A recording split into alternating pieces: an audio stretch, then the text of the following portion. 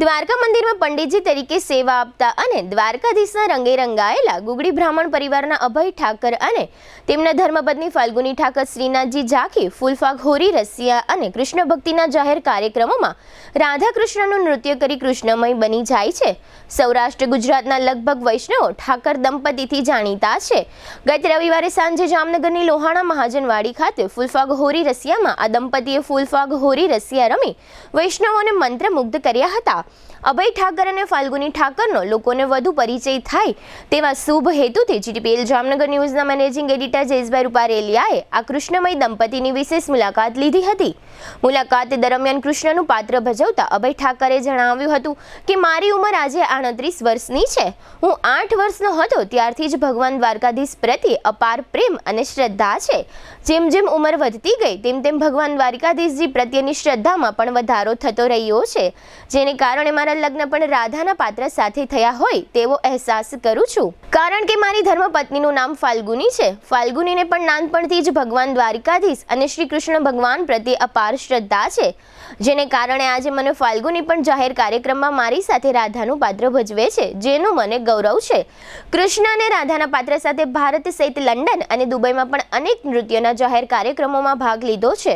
વધુમાં અભય ઠાકરે જણાવ્યું હતું કે હું જ્યારે કૃષ્ણના પાત્રમાં નૃત્ય કરતો હોઉં છું ત્યારે મને કોઈ જ ખબર રહેતી નથી કે હું અભય છું। આમ રાધા અને કૃષ્ણના પાત્રો ભજવતા આ દંપતી સાથે જીટીપીએલ જામનગર ન્યૂઝના મેનેજિંગ એડિટર જયેશભાઈ રૂપારેલિયાએ ઘણી જ પ્રશ્નોત્તરી કરી હતી, જેના મુખ્ય અંશો અત્રે પ્રસ્તુત છે।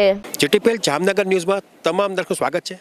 આજે અમે લોકો લોહાણા માજરવાડી ખાતે આવ્યા છીએ। ખાસ કરીને ભરતભાઈ કાનાબાર દ્વારા એક ફૂલફાગ હોરી રસિયાનો કાર્યક્રમ રાખવામાં આવ્યો હતો અને અભયભાઈ ઠાકર કે જે આમ સામાન્ય રીતે શ્રીનાથજીની ઝાંખીના કાર્યક્રમો હોય, ખાસ કરીને કૃષ્ણ ભક્તિની વાત હોય અને આ રીતે ફૂલફાગ હોરી રસિયાના કાર્યક્રમો હોય, એમાં લગભગ કૃષ્ણમય બનીને પોતે જાહેરમાં નૃત્ય કરતા હોય છે અને જ્યારે શ્રોતાઓ પણ એટલા જ ભાવમય બની જતા, કારણ કે એક જાતની કૃપા પણ એના ઉપર વરસતી હોય। તો આપણી સાથે અભયભાઈ ઠાકર અને ખાસ કરીને એમના જે મિસિસ છે એવા ફાલ્ગુની ઠાકર પણ એ રાધા બનીને એમની સાથે જોડાય છે।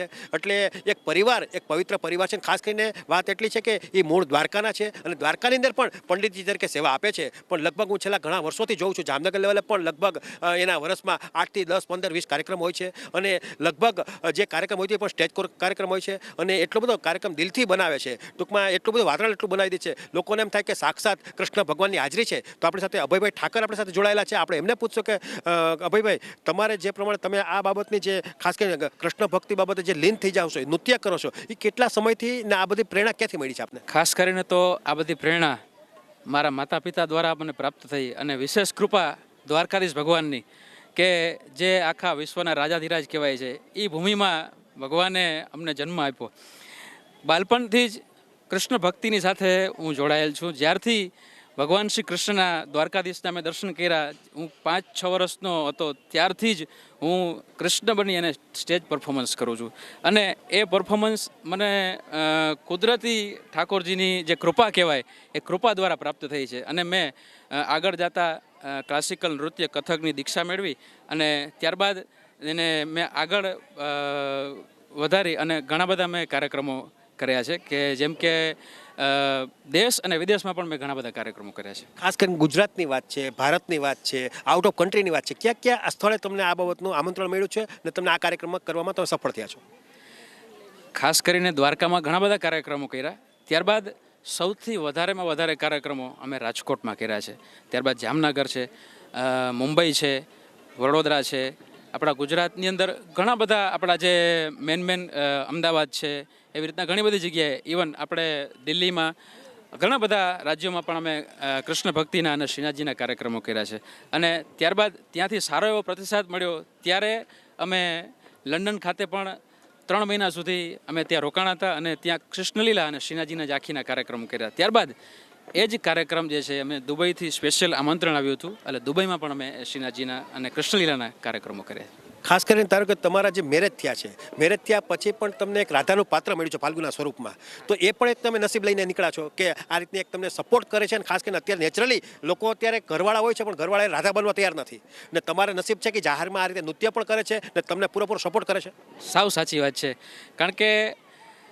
આપણા જ્યારે લગ્ન થાય લગ્ન પછી જીવનમાં ઘણું બધું પરિવર્તન આવે, પણ મારા લગ્ન થયા પછી મારા જીવનની લાઈફ એકદમ ઉત્તમમાં ઉત્તમ થઈ ગઈ. કારણ કે હું કૃષ્ણ તો બનીને અભિનય કરું છું, પણ મારી સાથે ઠાકોરજીએ સાક્ષાત રાધાને જ મને મારી સાથે એનો સંયોગ કરાવ્યો કે મારી સાથે હું જેમ પરફોર્મન્સ કરું છું, જે ભાવથી પરફોર્મન્સ કરું છું, એવા જ ભાવથી મારી ધર્મપત્ની ફાલ્ગુની ઠાકર પણ મારો દરેક સમયમાં એ સાથ પુરાવે છે. ખાસ કરીને ફાલ્ગુબેન, તમારે પણ આ રીતે સપોર્ટ કરો છો અને ખાસ કરીને તમે જ્યારે નૃત્ય કરો છો ત્યારે તમને શેનો અહેસાસ થાય છે, કેવી રીતે થાય છે? તમને કૃષ્ણમય લાગે છે? ચોક્કસ લાગે છે, કૃષ્ણમય જ લાગે છે ને એવું લાગે છે કે જાણે ગોકુળ મથુરા વૃંદાવનમાં કૃષ્ણ સાથે રાસલીલા કરતા હોય એવો જ અનુભવ થાય છે. ને હું ફાલ્ગુની છે હું એ ભૂલી ને એક રાધા બની જાઉં છું, જે કૃષ્ણની રાધા છે. તે આખું બધું વાતાવરણ જ કંઈક અલગ થઈ જાય છે, અંદરથી ભાવ જ એવો આવે છે. માં યશોદા બનું છું, રાધા બનું છું, બધા અલગ અલગ પાત્રો હોય છે કે જે હું એમની સાથે નિભાવું છું. ખાસ કરીને મેરેજ પહેલા આ બાબતની વાત હતી તમારા ધ્યાન પર? આવું બધું તમને શોખ હતો પહેલા કે આવ્યા પછી શોખ જાગ્યો? ના, શોખ હતો. હું પહેલેથી જ, હું પણ આની જેમ નાનપણથી જ સ્ટેજ ઉપર રહી છું ને ઘણી બધી જગ્યાએ બધા હમણાં આજે અહીંયા આપણે નાનકભાઈનું જે ગ્રુપ છે, પછી બધી ગરબી મંડળો છે, ત્યાં પણ બધે જઈને હું રમવા જાતી જ. પણ આ રાધા મારા જીવનમાં કૃષ્ણ આવ્યા પછી હું રાધા બની. ના, આજ રીતે તમે જે પ્રમાણે તમે વર્કઆઉટ કરો છો, ખાસ કરીને જે લોકો આપણા વૈષ્ણવ લોકો છે, કૃષ્ણમય કૃષ્ણ ભક્તિને માનનારા લોકો છે, તો એની અંદર તમારો જે વાત હોય છે, ખાસ કરીને ડ્રેસ કોડ તમારો હોય છે, તો એ લોકો તમને કઈ રીતે બોલાવતા હોય છે? અમારા ખાસ કરીને અમે જ્યાં જ્યાં પરફોર્મન્સ કર્યા હોય છે, એ પરફોર્મન્સ જોઈ અને એને ખરેખર ઠાકોરજીનો એની અંદર સાક્ષાત્કાર થયો હોય એ હું નથી કહેતો, પણ જ્યારે અમારો કાર્યક્રમ સંપૂર્ણ થયો હોય ત્યારબાદ ઘણા લોકો અમને મળવા માટે આવ્યા હોય, એ ખાસ કરી અને અમને એમ કહેતા હોય છે કે અમને તમારા કાર્યક્રમમાં ખૂબ જ આનંદ આવ્યો.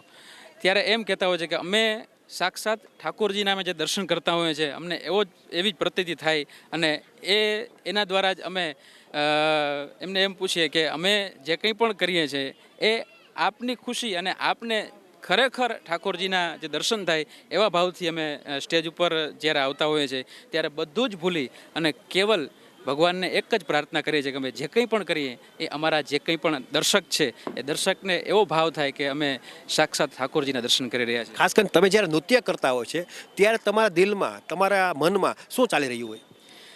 જ્યારે હું મારું કંઈ પણ અભિનય કરતો હોઉં, નૃત્ય કરતો હોઉં, ત્યારે હું શું છું એ મને કંઈ ખબર ન હોય. એ સમયે મને કૃષ્ણ ભગવાનના દર્શન થાય અને મારી અંદર જે કંઈ પણ હું નૃત્ય કરું છું એ સાક્ષાત ઠાકોરજી કરાવે છે. એ જ આ ભગવાનની કૃપા જે છે અને એ આપ સૌ લોકો જોઈ રહ્યા છો. અત્યાર સુધીમાં કેટલાક કાર્યક્રમો કર્યા હશે કે લોકો ખુશ થયા છે? કાર્યક્રમો તો મેં ઠાકોરજીની કૃપાથી અસંખ્ય કાર્યક્રમો કર્યા છે કે જેની મને પણ અત્યારે કોઈ ગણતરી નથી, પણ જ્યાં જ્યાં કાર્યક્રમો કર્યા છે એ ઠાકોરજીની કૃપાથી જે કંઈ પણ વૈષ્ણવ હોય છે, વૈષ્ણવ આવીને અમને મળીને એમ કહે છે કે અમને ખૂબ જ આનંદ થયો છે. એ કાર્યક્રમ અમારા માટે એક લાખ સમાન છે.